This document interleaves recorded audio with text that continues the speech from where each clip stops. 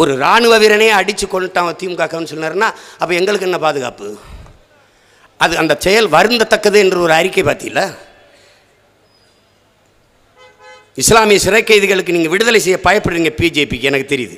7 தமிழர் விடுதலையில் நீங்கள் விடுதலை செய்ய பயப்படுறீங்க, காங்கிரஸுக்கு பயப்படுறீங்க தெரியுது. ஆனால் இறந்து போனான் என் தம்பி அபுதாகிர், அந்த மரணம் வருத்தத்தை அளிக்கிறது. அவர் குடும்பத்தாருக்கு என் ஆறுதல் என்று ஒரு வார்த்தை பதிவு செய்ய முடியல. நீங்கள் இஸ்லாமிய மக்களின் பாதுகாவலர் தானே? எவ்வளோ பெரிய நாடக கம்பெனி நீங்கள்! அது கட்சியா கார்பரேட் கன்சர்ன்? அது வேட்பாளரை நேர்கால கண்டு கட்சிக்கு எவ்வளவு செலவு செய்வா, தொகுதிக்கு எவ்வளவு செலவு செய்வா என்று கேட்கிற ஒரு கட்சி அல்ல, அது கம்பெனி.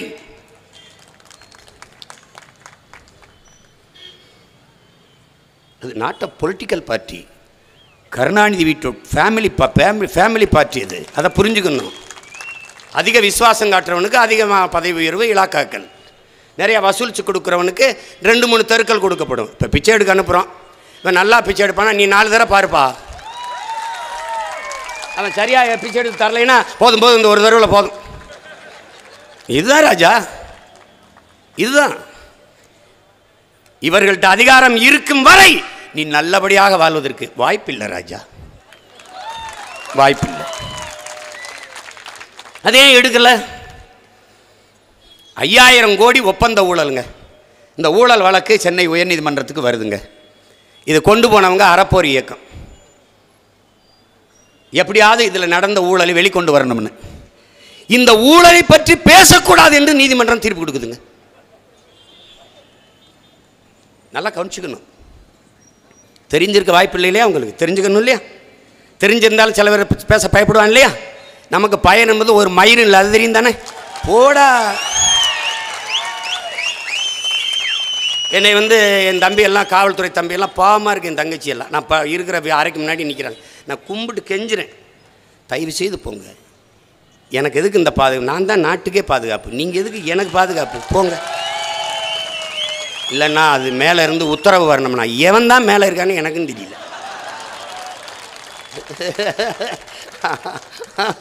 ஐயா பேராயர் சொன்ன மாதிரி இறந்து போனவெல்லாம் வீதியில் வாக்கு கேட்குறான். உயிரோடு இருக்கவங்களாம் இறந்து போனவெல்லாம் உயிரோடு இருக்கான். அதில் ஐயா ஸ்டாலின் வேற கூட அப்படி நடந்து வர்றாரு, அப்படி கும்பிட்டு அந்த கேட்கும்போது ஐயோ ஐயோ ஐயோ என்ன கொடுமடா சார் இந்த வழக்கு. அதை நீதிபதி பேசக்கூடாதுன்ட்டார். ஐயா எடப்பாடி பழனிசாமி மீது சுமத்தப்பட்ட இந்த வழக்கை, இந்த ஊழலை பற்றி நீங்கள் பேசக்கூடாதுன்னு தடை போட்டோன்னா அவங்க பேசலை, அது பேசலை. அப்புறம் என்ன நடந்துன்னு கேளுங்க. இது மத்திய புலனாய்வு விசாரணைக்கு போகுது, சிபிஐ விசாரணைக்கு போகுது. போயிட்டு அது உச்சநீதிமன்றத்துக்கு வழக்காக போகுது. இது அவர் ஆட்சி காலத்தில். திருப்பி திமுக ஆட்சிக்கு வந்துடுறார். ஐயா ஸ்டாலின் வந்துடுறார். வந்த பிறகு சிபிஐ வசம் இருந்த அந்த வழக்கு உச்சநீதிமன்றத்தில் வழக்கை திரும்ப பெற்று சென்னை உயர்நீதிமன்றத்துக்கு திரும்ப கொண்டு வருது அந்த வழக்கை. காரணம் என்னவா இருக்கும் நீங்கள் நினைக்கிறீங்க? வசூல். ஊழல் செய்த அமைச்சர்கள் மீது ஒரு நீதி விசாரணை போட்டு உரிய நடவடிக்கை எடுப்பேன். ஒரு அமைச்சர் மீது நடவடிக்கை எடுக்கலை. காரணம் என்ன? வசூல். ரைடு சைடு, ரைடு உள்ள போகும், பணம் சைடில் போகும். That's all your honour. இதற்கு பேர் திராவிட மாடல். நீ மாடல்னா ஏதோ நினச்சிக்கிட்டு இருக்க. அவர்களால் இது திராவிட ஆட்சி என்று கூட சொல்ல முடியல, மாடல். இப்போ உனக்கு சரியாக விளங்க வைக்கணும்னா அப்படியே என்னை பார், அப்படியே எங்கே பார், அந்த ஒரு பொம்மை 2 பொம்மை இருக்குது, 4 பொம்மை இருக்குது வாசல்ல. இது இந்த பார், இந்த துணியை போட்டு இப்படி போட்டால் இப்படி இருக்கும். இது ஒரு மாடல். இந்த பக்கம் பார், அது ஒரு மாடல். இங்கே பார், இந்த தமனாவை பார், இந்த மலபார் நகை கடையை பார்த்தா, இது ஒரு மாடல். இது ஒரு மாடல். என்ன உங்கள் ஈர்களில் ரத்தமா? உங்கள் பேஸ்டில் நீம் இருக்கிறதா, கறி இருக்கிறதா, உப்பு இருக்கிறதா? இப்போ கேளுங்கள் உப்பில் ஞானம். இந்த இளவு பாட்டை என் மக வேற மனப்பாடம் பண்ணிட்டு இப்போ கேளுங்க உப்பின் ஞானம் பாட்டு தான். ஐயா கொடுமை. ரொம்ப நாளாக இதை பாடிக்கிட்டு இருந்தான். ஸ்டாலின் தான் வராரு, விடிகள் தான் போறாரு. அதான் என் நம்பி கார்த்தி இப்போ ஒரு தடவை அந்த பாட்டை தெருவில் பாடி இந்த இடத்தேர்தலுக்கு வாய்ப்பில்லை ராஜா, வாய்ப்பில்லை. அது மாதிரி இது ஒரு மாடல். அது மாதிரி நம்ம ஐயா ஸ்டாலின் ஒரு மாடல். மாடல். யாராவது இங்கே இருக்கிற பிள்ளைகள் விளம்பர படம் எடுத்தால் அவரை கூப்பிட்டு நடிக்குவீங்க. அது ஒரு மாடல். நம்ம ஜஸ் அது ஒரு மாடல். அவ்வளோதான்ப்பா. ரொம்ப போட்டு நீ திராவிட மாடல். ஏய், ஒரு அடிப்படை தான். இங்கே பாரு, ரொம்ப எளிய உதாரணம். ஒரு திருடன் குதிச்சிடறான், சுவரேறி குதிச்சு திருடுறதுக்கு. இங்கே ஒரு நாய் பார்த்துட்டே இருக்கு, நல்லா கொஞ்சம் பார்த்துட்டே இருக்கு. ஒன்று சத்தங்கத்தம் போடல, நல்ல நாயாக இருக்க பைபிளில் அவன் போயிட்டுருக்கான். இது யார்? திராவிடர்ஸ். ரெண்டும் ஒன்றும் இல்லையே, திருடர்ஸ் திராவிடர்ஸ் ரெண்டும் ஒன்றும் பெருசு இல்லை. மொத்த திருடர்களின் கூடாரம் திராவிடம். அப்படியே போய்கிட்டு இருக்கான். அது பேசாமல் பார்த்துட்டே இருக்கு, அப்படியே உள்ளே போய் மெதவை திறக்கிறான். பேசாமல் பார்த்துட்டே இருக்கு. அவன் ஒரு ரொட்டி துண்டு அப்படி தூக்கி போட்டான். அதை கவலை அவன் தொடையை கவிடுச்சு. அடப்பாவி, இவ்வளோ நேரம் நல்ல மாதிரி இருந்திய, இப்போதுக்கு கடிச்சான்னு கேட்குறான் அவன். டேய், நீ வந்தவொடனே இது வரைக்கும் என் முதலாளிக்கும் எசமானுக்கு உறவினர்னு நினச்சேன்.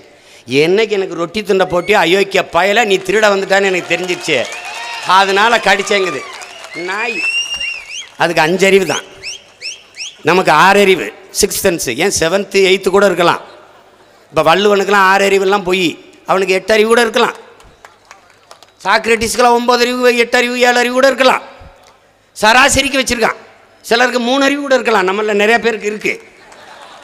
அதை புரிஞ்சுக்கணும். அப்போ அந்த நாய்க்கு இருக்கு பாருங்க, ஒரு ரொட்டி துண்டை அவன் நமக்கு இனாம தூக்கி போடுறான் என்றால் திருடப் போகிறான் நம் எஜமானன் வீட்டில் என்று. இவர்கள் 1000-500 தூக்கி போடுகிறார்கள், மிக்சி கொலுசை தூக்கி போடுகிறார்கள் என்றால் அவன் வீட்டில் திருட வந்த திருடன், இவன் நாட்டில் திருட வந்த திருடன் என்கிற எச்சரிக்கை மான தமிழ் மக்களுக்கு வர வேண்டுமா வேண்டாமா?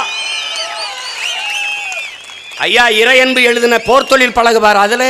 அதில் இங்கே பாரு, அதில் ஓனாய் கத்தி என்ற ஒன்று இருக்கு. ஓனாய் கத்தி புத்தகத்தை எல்லாம் புரட்ட வேண்டியல, தலைப்பு எழுதல, எளிமையாக நீ படிக்க எழுதியிருப்பார். ஓனாய் கத்தி. ஓனாய் வந்து கோழி ஆடு இதில் தூக்கிட்டு ஓடிடுது காட்டுக்குள்ள இருந்து. குடியானவர்கள் என்ன பண்ணுறான், வேளாண்குடி மக்கள் என்ன செய்யணும் தெரியல, ஒரு கூர்மையான கத்தியை எடுத்து இப்படி குச்சியில் கட்டி தரையில் உண்டி 2 பக்கமும் அந்த கத்தியை தீட்டி அதில் கோழியின் ரத்தத்தை நல்லா தடை விட்டுறான். அவரை இருந்து இறங்கி வர்றாரு. இந்த ரத்த வாடைக்கு ஆஹான்னு அப்படி நாக்கை விட்டு அப்படி நக்குறாரு. நக்கும்போது அப்படி சுவையாக இருக்குது. நக்குறாரு.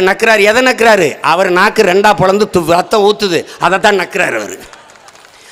நல்லா இருக்கு நக்கிட்டு கடைசியாக ரத்தம் போகிறான் போய் செத்துட்டார். இப்போ நம்ம என்ன பண்ணுறோம், அந்த ஓனாய் மாதிரி நம்ம ரத்தத்தை நாமளே சுவைச்சிக்கிட்டு இருக்கான். எப்படியே அந்த ஓனாய் கத்தி மாதிரி கதை தான். 1000 கொடுத்துட்டான், 500 கொடுத்துட்டான், 2000 கொடுத்துட்டான், அப்புறம் 3000 கொடுத்துட்டான். கடைசி இங்கே ஏறி இருந்துச்சே காணாமே, இங்கே கம்மா இருந்துச்சே காணாமே, ஏப்பா இங்கே எங்கப்பா அங்கே இருந்த காடு அதெல்லாம் காணாமே, எப்படி எங்கப்பா போச்சு, அதையெல்லாம் வித்து தாண்டா உங்களுக்கு 1000-500 கொடுத்துக்கிட்டு இருந்தோம்டா.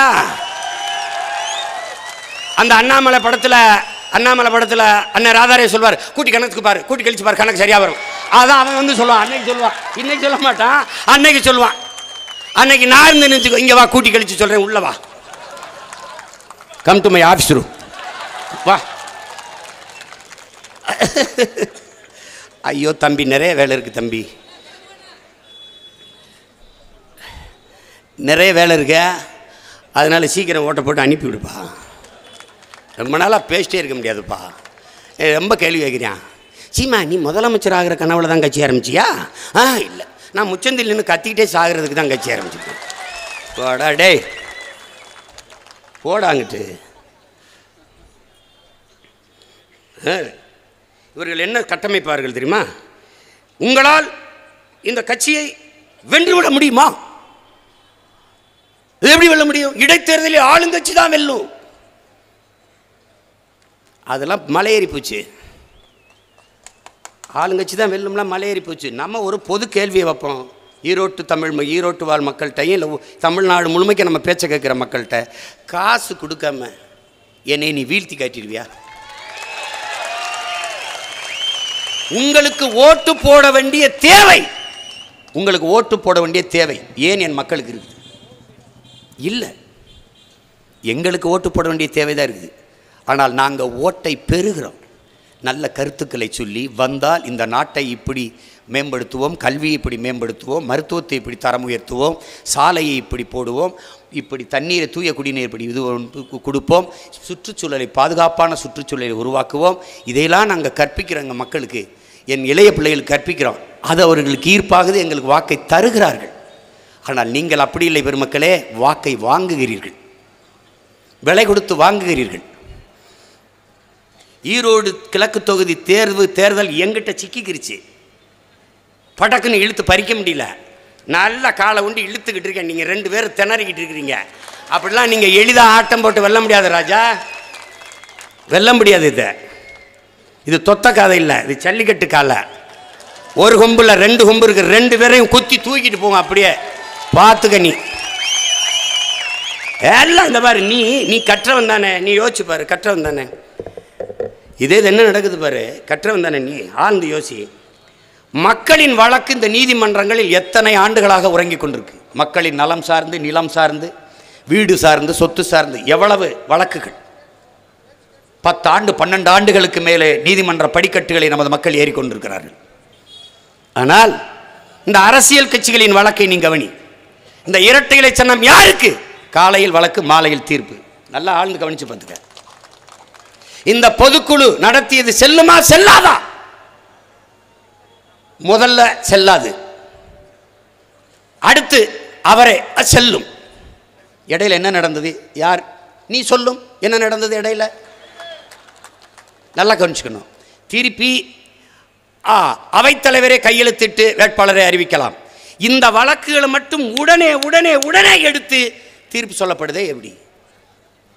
இது நீதிமன்றமா இல்லை இந்த கட்சிகளின் தலைமை அலுவலகமா? யோசிச்சு பாருங்க, யோசிச்சு பாருங்க. இப்ப போய் இப்ப நேத்து இந்த இந்த இந்த தீர்ப்பை உச்சநீதிமன்றம் ஐயா எடப்பாடி பழனிசாமி இந்த இடைக்கால பொதுச்செயலாளர் தேர்வு செஞ்சது செல்லும் அப்படின்னு சொல்ல வேண்டிய அவசியம் என்ன? அவங்க தெரிஞ்சிடுச்சு, ஒரு நடுக்க வந்துடுச்சு. ஈரோட்டு கிழக்கு தேர்தல் சீமானையும் நாம் தமிழர் கட்சியை மையப்படுத்தி நடக்குது. ஒருத்தனும் ஆட்டத்தில் இல்லை, ஒருத்தரும் ஆட்டத்தில் இல்லை. அவங்க காசை கொடுத்தாலும் மக்கள் வர்றதா இல்லை, நிற்கிறதா இல்லை, போயிட்டே இருக்கான். இவன் ஒன்றும் இல்லாமல் கூடுறான், பேசுகிறான், மக்கள் ஆயிரக்கணக்கில் வந்து கூடுறான். அப்போ மக்கள் அவன் பின்னாடி திரள்றாங்க. இது எப்படி தடுக்கிறது? வழி இல்லை.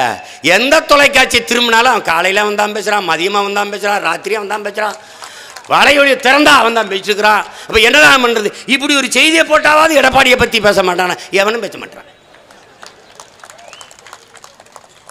எங்கள் கட்சியில் இருக்கிற பிள்ளைகளுக்கு தங்க இடம் கொடுக்க முடியல, சாப்பாடு போட முடியல. இதுதான் நிலைமை. அவங்க கட்சியில் யாரையுமே காணோம். வேற வேற மாவட்டத்தை வந்து கூட்டி வந்து இறக்குறாங்க. இன்னைக்கு காரில் வந்துக்கிட்டு இருக்கேன், என்னையை பார்த்தோன்னே பூவை கார் மேலே போடுறாங்க. நான் கண்ணாடி இறக்கி, அம்மா நான் உங்கள் ஆள் இல்லை, நீங்கள் பூ போட வந்த ஆள் இல்லை, நான் வேற ஆள். நீங்கள் ஐயோ என்ன பெத்த அம்மா, என்ன பண்ணுறதுன்னே தெரியல. இதிலிருந்து நீ நல்லா கவனிச்சுக்க. இந்த நீதிமன்றங்கள் இந்த கட்சிகளின் தலைமை அலுவலகமாக இருக்குது. ஒரு 1/4 நூற்றாண்டாவே நீ நீதிமன்றங்களை கவனிங்க. நீதி இந்த நாட்டில் இப்போ வழங்கப்படலை, தீர்ப்பு தான் வழங்கப்படுது. இப்போ காவிரி நதிநீர் நீதிமன்றம் போ, கச்சத்தீவு மீட்பு நீதிமன்றம் போ, அணு உலை இருக்கணுமா வேணாமா நீதிமன்றம் போ, மீத்தேன் எடுக்கலாமா வேணாமா நீதிமன்றம் போ, நீட் எழுதலாமா வேணாமா நீதிமன்றம் போ, சிஏ எடுக்கலாமா வேணாமா, குடியுரிமை சான்றிதழ் எடுக்கலாமா வேணாமா நீதிமன்றம் போ. அப்போ சட்டமன்றம் பாராளுமன்றம் பல்லாங்குழி ஆடுக்கிறதா வெண்ணைகளா? அது எதுக்குடா? அது எதுக்கு? ஒரு விவாதம் கிடையாது நாட்டில். பாராளுமன்றத்தில் கிடையாது, சட்டமன்றத்தில் வாதம் வாதம் எதிர்வாதம், அதன் ஜனநாயகம் இல்லை. நீதிமன்றத்தில் இல்லை, சட்டமன்றத்தில் இல்லை,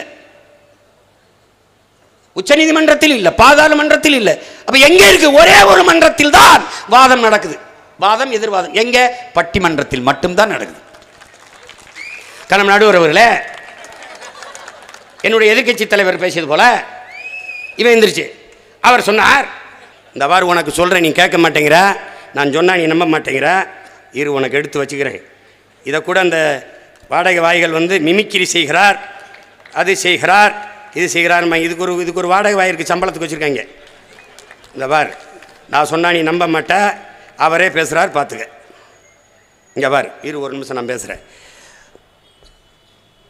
அண்மையில் ஒரு தேர்தல் நடந்தது, கேள்விப்பட்டீர்களா?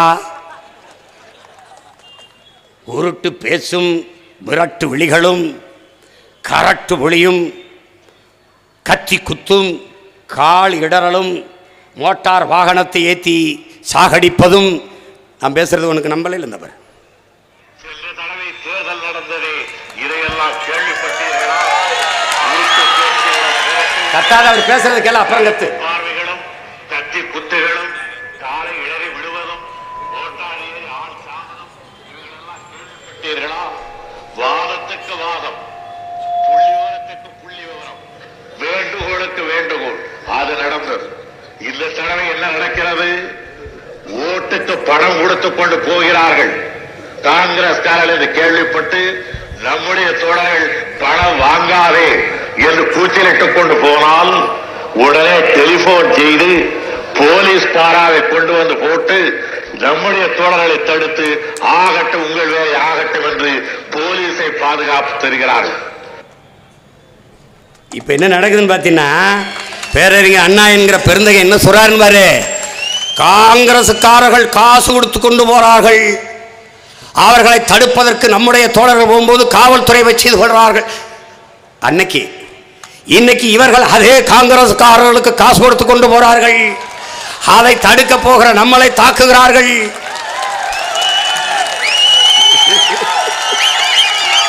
என்ன என்ன மாறுதல், என்ன மாற்றம், என்ன திராவிட மாடல்ஸ். திராவிட மாடல்ஸ் ஒன்றும் பண்ண முடியாது ராஜா, ஒன்றும் பண்ண முடியாது. பாருங்க, அவர் சொல்றாரு பாருங்க, உருட்டு பேச்சும் மிரட்டு விழிகளும் கரட்டு பார்வையும் கத்தி குத்தும் கால் இடறி விடுவதும் மோட்டார் வாகனத்தை ஏற்றி கொலை செய்வதும், இதையெல்லாம் கேள்விப்பட்டீர்களா? கேள்விப்பட்டோம்யா, அதையெல்லாம் இப்ப பார்க்கிறோம்யா. ஐயா இப்ப பார்க்கிறோம்யா. ஐயா ஐயா நீங்க ஐயா, நாங்க உங்களுக்கு ஒரு பாவமும் செய்யல ஐயா, நாங்க நீங்க இறந்த போதுக்கு பின்னாடி பிறந்தோம்யா, ஆனா இவ்வளவு கொடுமை நடந்து போச்சு ஐயா. ஐயா ஐயா ஐயா ஐயா ஐயா ஐயா ஐயா, நீங்க ஒரு வார்த்தை சொன்னீங்க தெரியுமா ஐயா? ஐயா, சாராய் வித்து வர்ற காசு குஷ்டோரு கையில் இருக்க வெண்ணெய்க்கு சமம் நீங்க ஐயா. அந்த வெண்ணெயை மாறி மாறி ரெண்டு பேரும் உங்க ஆளுக உங்க பேரை சொல்லிக்கிட்டு நல்லா மண்டிக்கிட்டு நக்குறாங்கய்யா. ஐயா ஐயா ஐயா ஐயா, அந்த காசை வச்சு தாங்க ஐயா. என் தம்பி செந்தில் பாலாஜி தெருவுக்கு தெரு கொலுசு மூக்குத்தி. ஐயா ஐயா ஐயா, காசை வெளியிலிருந்து கொண்டு வரலையா, கடையில வியாபாரத்தை பண்ண காசை எடுத்து அப்படியே கொடுக்க, கடையில வியாபாரத்தை பண்ண அப்படியே கொடுக்க, எங்களுக்கு அந்த காசை வாங்கி மறுபடியும் கடையில வியாபாரத்துக்கு கொடுக்க. நல்லா போகுதியா, நல்லா போகுதியா, அருமையா போய்கிட்டு இருக்கியா. ஐயா ஐயா ஐயா, நீங்க இறந்துட்டீங்கயா, இறந்துட்டீங்கயா. நீங்க இப்ப வேஷம் போட்டு தெருவில் வர்றீங்க இல்லையா ஐயா, இவங்கள ஒரு தடவை உங்க காலில் இருக்க செருப்பு கழட்டி அடிச்சு விட்டு போங்கய்யா, நல்லா இருப்பீங்கய்யா. ஐயா ஐயா ஐயா ஐயா ஐயா, இல்லைன்னா உங்களுக்கு சிலைக்கு மாலை விட வரும்போது ஒரு தடவை சீனு காரி துப்பி விட்டுருங்க ஐயா, நல்லா ஐயா. உங்க பேரவங்க ரொம்ப கேவலப்படுத்திட்டாங்க ஐயா.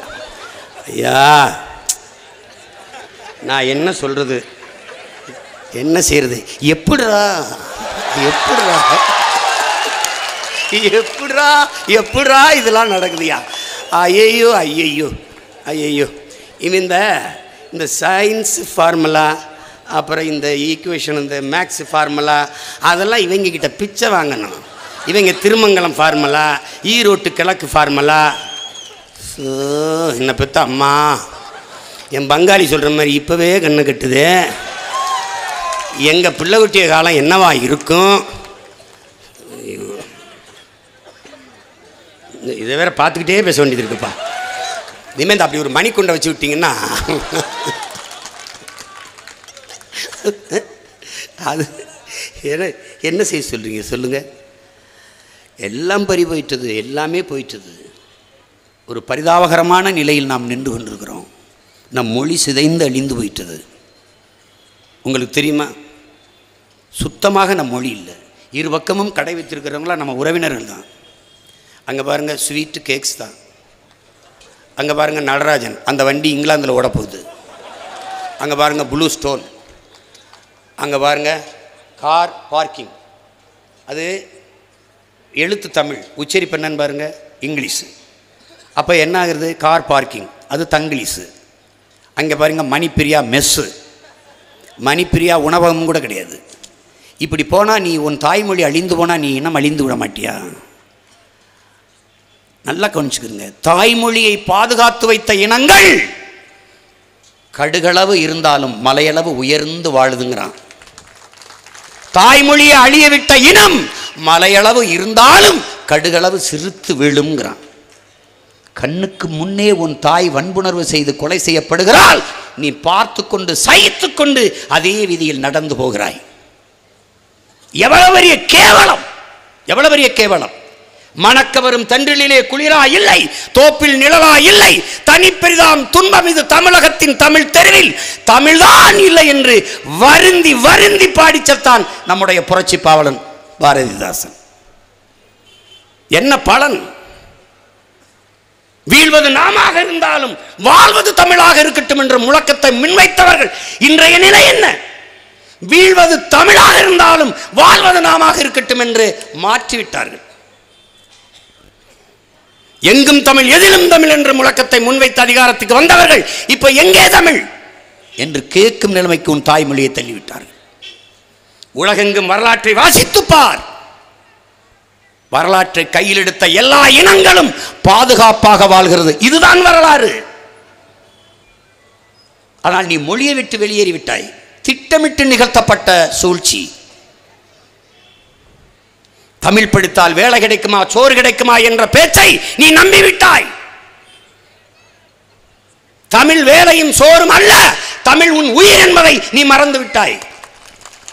தமிழ் உன் முகம், உன் முகமறி, உன் அடையாளம் என்பதை நீ மறந்து விட்டாய். தமிழ் உன் கலை, தமிழ் உன் இலக்கியம், தமிழ் உன் வரலாறு, தமிழ் உன் பண்பாடு, தமிழ் உன் வாழ்க்கை என்பதை நீ மறந்து விட்டாய்.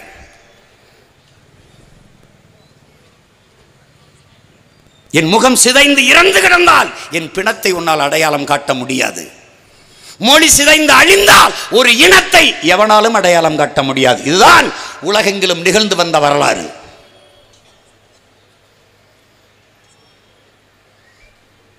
உங்கள் மகனிடத்தில் அதிகாரம் வந்தால் அரை நொடியில் மாற்றம் எல்லாம். சிங்கப்பூரில் நகை பொன்மணி மாளிகை என்று இருக்குது. என் தலைவன் சாதித்து காட்டினான். சேரன் வாணிபச்சோலை, பாண்டியன் வாணிபச்சோலை. அது ஒன்றால் செய்ய முடியாது, செய்ய முடியாது. தமிழில் சொற்கள் இல்லை, ஒன்றிட்ட இல்லை. பல லட்சக்கணக்கான உயிர் சொற்கள், கலை சொற்களை கொண்ட, வேர் சொற்களை கொண்ட உலக மொழி தமிழ்.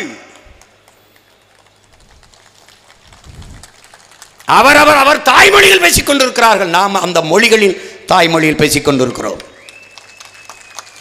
ஆங்கிலம் அறிவென்ற அலையின் பெருமக்களே, கற்றறிந்த என் தம்பி தங்கைகளே, உன்னுடைய கொல் அவனுடைய கில்,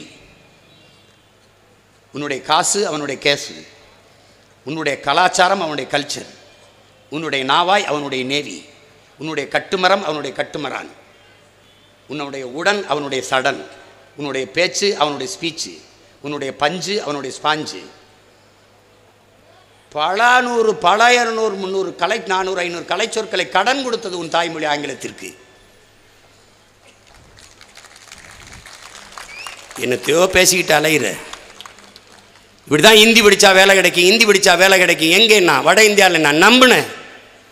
ஹிந்தி படித்தா வேலை எங்கே கிடைக்குது? கடைசியாக தமிழ்நாட்டில் 2 கோடி பேர் வந்து இறங்கிட்டு இருக்கான். என்ன வேலை? சோன் பப்படி சொட்டு விற்றுக்கிட்டு சென்ட்ரிங் வேலை பார்த்துக்கிட்டு இங்கே ஜவுளி கடையில் எல்லா கடையிலையும் எல்லா இடங்களையும் வந்து நின்றுட்டான். நான் சொன்னேன், நீ நம்பலை. கன்னியாகுமரியில் தொடர் வண்டி பயணச்சீட்டுக்கு போய் நிற்கும்போது ஒருத்தன் பேசுகிறான் பாரு, ஹலோ பலோ ஹலோ பலோங்கிறான். அவன் கம்பிக்கு உள்ளே இருந்துட்டான். என்ன மாதிரி ஆளாக இருந்தால் அப்படியே தலைமுடியை பிடிச்சி இழுத்து ஒரே அரை எங்கே கிளம்புனாலும் அங்கே போய் விடுவான். வன்முறையை அவர் தூண்டி விட்டார். அதனால தான் இந்திக்காரருக்கும் தமிழர்களுக்கும் சண்டை நடக்குது. தம்பி, என்ன தம்பி, நான் தூண்டி விட்டால் ஒரு வகை இறங்க முடியாது தம்பி, இறங்க முடியாது.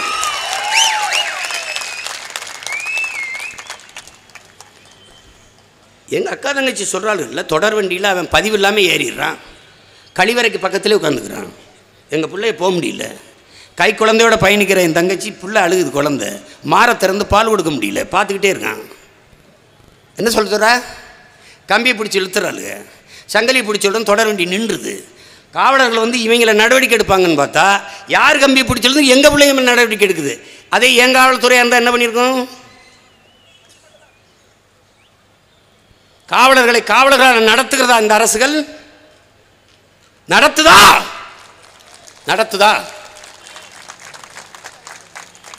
ஐயா ஸ்டாலினா ஒரு மகனும் சைக்கிள் ஓட்டுறதுக்கு ஒரு நாள் அதிகாலையில் வானூர்திக்கு நேர வேண்டியது வந்துட்டுது. வண்டி எடுத்துக்கிட்டு வரேன், சாலை முழுக்க ஆயிரக்கணக்காக நம்ம அக்கா தங்கச்சி தம்பியை. என்னன்னு கேட்குறேன், அண்ணா இதுன்னு 2 பக்கம் இருந்த சாலையை ஒரு பக்கமாக போட்டு இப்படி எல்லா வண்டியும் இப்படி போக விபத்து. இவங்க சைக்கிள் ஓட்டுறதுக்கு மிதிவண்டி ஓட்டி 2 பேரும் போகிறதுக்கு சனி ஞாயிறு பூரா அவங்க கடற்கரை இந்த சாலையில் தான் ஓட்டுவாங்க. பூங்காக்களில் ஓட்டமாக தடலில் எங்கேயும் ஓட்ட மாட்டாங்க, இதில் தான் ஓட்டுவாங்க. நீங்கள் தலைக்கவசம் போட்டு சைக்கிளில் ஓட்டினா ஒரு வயலுக்கு தெரியாது. போலீஸை குவிக்கலன்னா எவனே ஏற்று பார்க்க மாட்டான் அவங்கள. யாருக்கு தெரியும் உங்களை? ஒயிங் ஒயிங் ஒயிங் ஒயின்னு சத்தத்தை போட்டு போலீஸ் நிறுத்தினா தான் வர போகிறார் இருக்கவர் அப்படின்னு தெரியும். நீங்கள் ஒரு நாள் ஓட்டி பாருங்க, ஒரு பையன் உங்களை ஏன்னு கேட்க மாட்டான். உங்கள் கட்சிக்காரோட கண்டுட்டு வணக்கம் போட மாட்டான். எதுக்கு இந்த வேலையை செய்யறியே? அதிகாலையில் 5 மணிக்கெல்லாம் இந்த பூரா நிற்கிறான் நம்ம காவலர்கள். எத்தனை முறை சொல்லியிருக்கேன் நீ சுழற்சி முறையில் அவனுக்கு வேலை விடுமுறை விடுங்கன்னு? வாரம் ஒரு முறை விடுமுறை விடுறதுக்கு என்ன பிரச்சனை? என்ன பிரச்சனை? சனிக்கிழமை விடுமுறை அவருக்கு, அடுத்த வாரம் ஞாயிற்றுக்கிழமை விடுமுறை. ஞாயிற்றுக்கிழமை விடுமுறை எடுத்துக்க, அடுத்த வாரம் சனிக்கிழமை விடுமுறை. 6 மாதத்துக்கு ஒரு குடும்பத்தோட சுற்றுலா. காவலன் துப்பாக்கி வச்சு அவனவனை சுட்டு சாகுறது காரணம் என்ன? அவ்வளவு நெருக்கடி, மன அழுத்தம். நான் யாரு? முதல்ல நான் யாரு? நான் படுத்திருக்க ரயில எதுக்கு 10 பேரை நிறுத்தி வச்சிருக்க? நீ எதுக்கு நிறுத்துற? நான் கேட்டனா? அவன் என் உறவினராக இருக்கனால பேசாமல் இருக்கான். மற்றவன் வந்து என்னை திட்ட மாட்டானா? இவெல்லாம் ஒரு ஆள், இவனுக்கு வந்து நம்ம செக்யூரிட்டி நிற்கணுமான்னு நான் கேட்டனா? இவங்க சாலையில் வரணுமா? உங்களால் நம்ப முடியுதா? அடர்ந்த காட்டுக்குள்ளே நம்ம பிள்ளைய இங்கே ஒரு 10 அடிக்கிட்ட ஒரு தங்கச்சி, அங்கே ஒரு தங்கச்சி, அங்கே ஒரு ஆள், ஒரு அவசரமாக வந்துருச்சு, ஒரு இயற்கை தேவை வந்துருச்சு, வெளியில் போகணும். எப்படி போவாங்க? ஏதாவது வச்சிருக்கியா? கேரவன் வச்சிருக்கியா? பாதுகாப்பு வண்டி வச்சிருக்கியா? ஒத்தையில் காட்டுக்குள்ள நிறுத்திருக்கா? என்னடி அப்படி நீ பெரிய இவன்? நீ உங்கள் உயிர் மட்டும் சக்கரையில் செஞ்சிருக்க, எங்கட சாக்கடை தகனியில் செஞ்சிருக்கா? என்னபடி பிரச்சனை உங்களுக்கு? என்ன போய் பினராயி விஜயனை பாருங்க, அப்படி தான் போறாரா? இல்லை மம்தா பானர்ஜி அப்படி தான் போகிறாங்களா? பெருந்தலைவர் காமராஜர் இப்படி தான் போனாரா? இப்படி தான் போனாரா? வண்டியில் போய்கிட்டு இருந்தார், முன்னாடி ஒரு சைரன் வச்ச காவல்துறை வண்டி ஓடுது, கொங்கன்னு. என்னப்பா சத்த நீ பாட்டப்பா? நான் செத்தா போயிட்டேன், முன்னாடி சங்குதி போயிட்டு இருக்கா? ஏப்பா வண்டி கொண்டி போலீஸ் ஸ்டேஷன் நிறுத்து, தண்ட செலவு, பெட்ரோல் செலவு போ. காவலர்கள் என் மக்களுக்கு பாதுகாப்பு கொடுக்க, உங்களுக்கு கொடுக்க அல்ல. தலைவன் மக்களின் காவலனா இருக்கணும். மக்களிடம் நடமாடுவதற்கு அஞ்சுகிற தலைவன் கோல. நீ எதுக்கு தலைவனான? எதுக்கு தலைவனான? நீ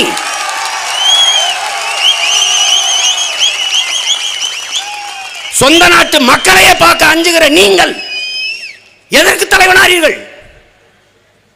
என்ன கொடுமை பாருங்க இதெல்லாம். பிள்ளைகளை போட்டு சாலையில் நிறுத்தி நிறுத்தி நிறுத்தி நிறுத்தி வெயில்ல, ஏப்ரல் மாதமாக இருந்தாலும் மே மாதமாக இருந்தாலும் மழையாக இருந்தாலும் வெயிலாக இருந்தாலும் அவன் நிற்கணும். திடீர்னு அவனுக்கு சிறுநீர் கழிக்கணும். எங்கே போவான்? அவன் சாப்பிட்டானான்னு கேட்கறது இல்லை, அவன் ஒன்றும் கேட்கறது இல்லை. பாரு என்னுடைய ஆட்சி காலத்தில் காவலர்கள் எப்படி போற்றப்படுகிறார் பாரு. நீ காவல்துறை மக்களின் நண்பன் எழுதி வைக்கிறார். காவலர்கள் எங்கள் ஆட்சி காலத்தில் தான் உண்மையிலேயே காவலர்கள் மக்களின் நண்பர்களாக இருப்பார்கள். உங்களுக்கு தெரியுமா என் அன்பு உடன் பிறந்தார்களே? உங்களுக்கு தெரியுமா ராணுவ வீரனுக்கு 2 மாதம் விடுப்பு இருக்கு. இந்த நாட்டில் நீதிபதிகளுக்கு 2 மாதம் விடுப்பு இருக்கு.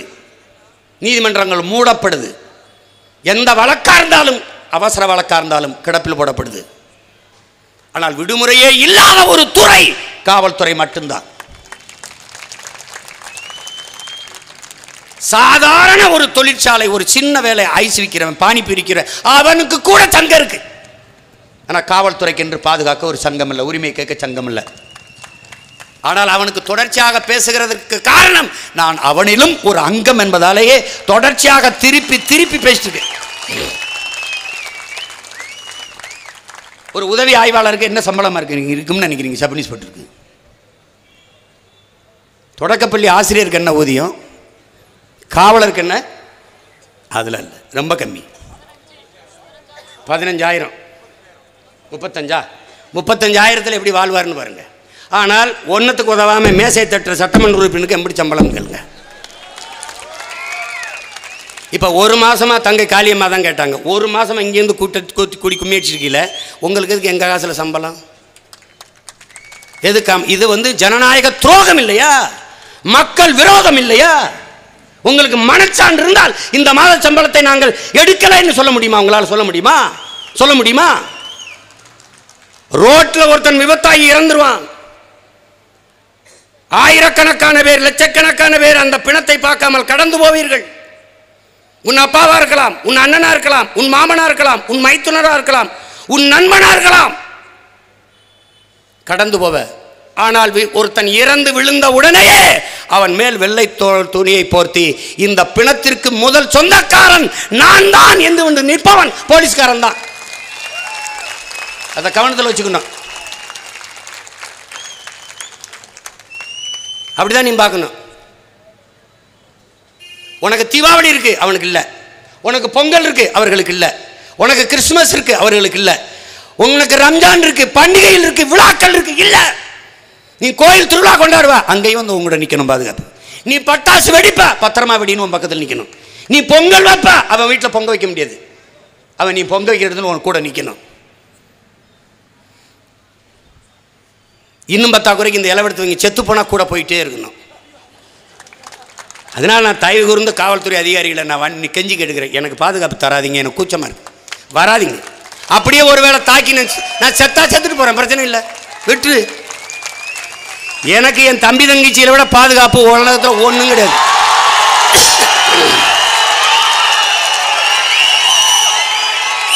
இது என்னையே பாதுகாக்கிற படையல்ல, என்னை மட்டும் என் மண்ணையும் என் மக்களையும் சேர்த்து பாதுகாக்குகிற புரட்சிகர அரசியல் படை. நீ ஒரு டீ சாப்பிட்டா ஒரு இடத்துக்கு போற, ஒரு சாப்பிட்ற, ஒரு பிரியாணி 10 ரூபா டிப்ஸ், அதுக்கு பேர் டிப்ஸ், அதான் அன்பளிப்பு. ஒரு இடத்துல போகிற, ஒரு டிக்கெட் போட்டு கொடுத்துறாரு, அவருக்கு இந்தாங்க ஒரு 1000 ரூபா வச்சுக்கிறேன், 500 ரூபா வச்சுக்கிறீங்க. 10 டிக்கெட் சினிமா டிக்கெட் வாங்கி கொடுத்துறாரு, இந்தாங்க ஒரு 500 ரூபா. இதெல்லாம் என்னது? கிஃப்ட்.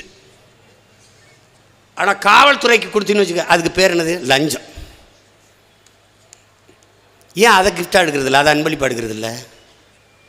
இவ்வளோ கடுமையான பணி உங்களுக்கு ஒரு அருவருப்பு தோன்றிடுச்சு. அதனால தான் நான் என்ன பண்ணுறேன், நான் வந்தவொடனே அந்த காக்கி சட்டை கழட்டிருங்க, இது வெறுத்துருச்சு மக்களுக்கு. வேற சீருடை தாரை அதை போட்டுக்கிறங்க. 8 மணி நேரம் பணி செய்யுங்க ஆண் காவலர்கள், பெண் காவலர்கள் 6 மணி நேரம் பணி செய்யுங்க, போதும். நான் நம்ம அதிகப்படியான படையை எடுத்துக்கிறேன், சுழற்சி முறையில் வேலை வாங்கிக்கிறேன், குற்றச்செயல்கள் பெருகாமல் பார்த்துக்கிறேன், சாராய கடையை மூடிடுறேன், எல்லாத்தையும் மூடிடுறேன், குற்றம் நிகழாமல் நான் பார்த்துக்கிறேன். நான் என்ன செய்கிறேன், குற்ற தடுப்பு காவல் படையை நிறுவிடுறேங்கிறேன். போலீஸ்னா அப்படி நிற்கணும், ஃபிட்டாக இருக்கணும், அப்படி அட்டா கட்டிங் போட்டு அப்படி நிற்கணும், அப்படி இருக்கணும், அது இல்லை. குள்ளமாக இருக்கிறேன் போலீஸு, என் ஆட்சியில் ஓமக்குச்சி நரசியம் மாதிரி ஒல்லியாக இருக்கிறவன் போலீஸு, குண்டாக இருக்கிறவன் போலீஸு. அவன் எதுக்கு பயன்படுத்துவேன்? இந்த மாதிரி கூட்டத்தில் விட்டுருவேன். இப்படி சலம்பல் பண்ணுவான்ல அவனை, வாங்க நீங்கள் வாங்குங்க, அங்கே சலம்பல் இன்னொருத்த வந்து சொல்கிறாங்கல்ல, போயா நீங்கள் போலீஸா? நாங்களாம் தான்டா இப்போ போலீஸு, வாடா. நீ வாட் மச்சான், நெக்ஸ்ட் மச்சான் நீன்னு வச்சுக்க, இங்கே வா மச்சான். தமிழ் பேசுனா தமிழில் பேசு, ஆங்கிலம் பேசுனா ஆங்கிலம் பேசு, குறைஞ்சபட்சம் அந்த மொழியை பெருமைப்படுத்து. தமிழில் பேசுனா தமிழில் பேசு, என் தாய்மொழியை வாழ வை. ரெண்டையும் சேர்த்து பேசுனா பிச்சு பெறுவேன். போடா உள்ள போடா. 2 பேரை போட்டோம்னு வச்சுங்க, வெளியில் வரும்போது அண்ணே வணக்கம், நல்லா இருக்கீங்களாண்ணே, சாப்பிட்டீங்களாண்ணே, நேரம் என்னாச்சுண்ணே, அண்ணே போகலாமாண்ணே, என்ன மாதிரி பேசுகிறாங்க? அந்த டோர் கதவை க்ளோஸ் பண்ணு, அந்த டிவியை போடு, அந்த சுவிட்சை ஆன் பண்ணு, எல்லாமே சொல்கிறது. கேட்டு கதவை சாத்து, 2 ஒன்று தான்டா நாயே.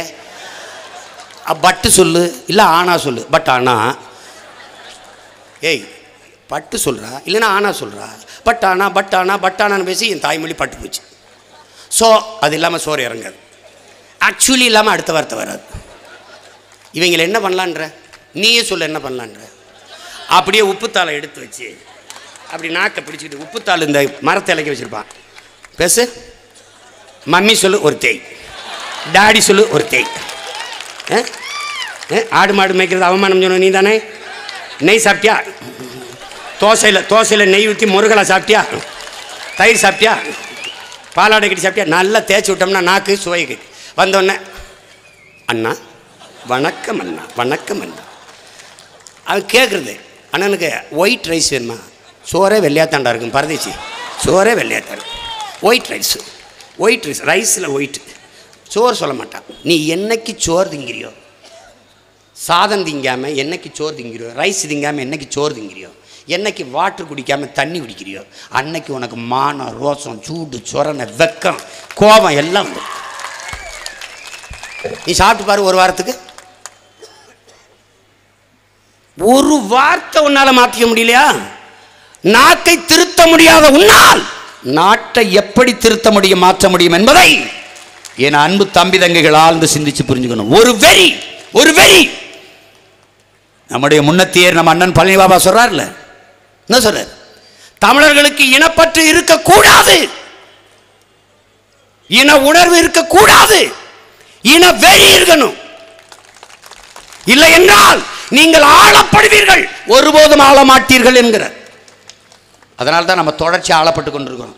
இனி நாம் ஆள வேண்டும் என்றால் தமிழ் தேசிய இனத்து பிள்ளைகளுக்கு இன வெறி இருக்கணும். இந்த வெறி இன்னொரு இனத்தை தாக்கி அழிப்பதற்கல்ல, தாக்கி அழிந்து கொண்டிருக்கிற, சிதைந்து அழிந்து கொண்டிருக்கிற தமிழ் தேசிய இன மக்களை பாதுகாக்க, தற்காக்க அதை கவனத்தில் வச்சு கொண்டு வேலை செய்யணும்.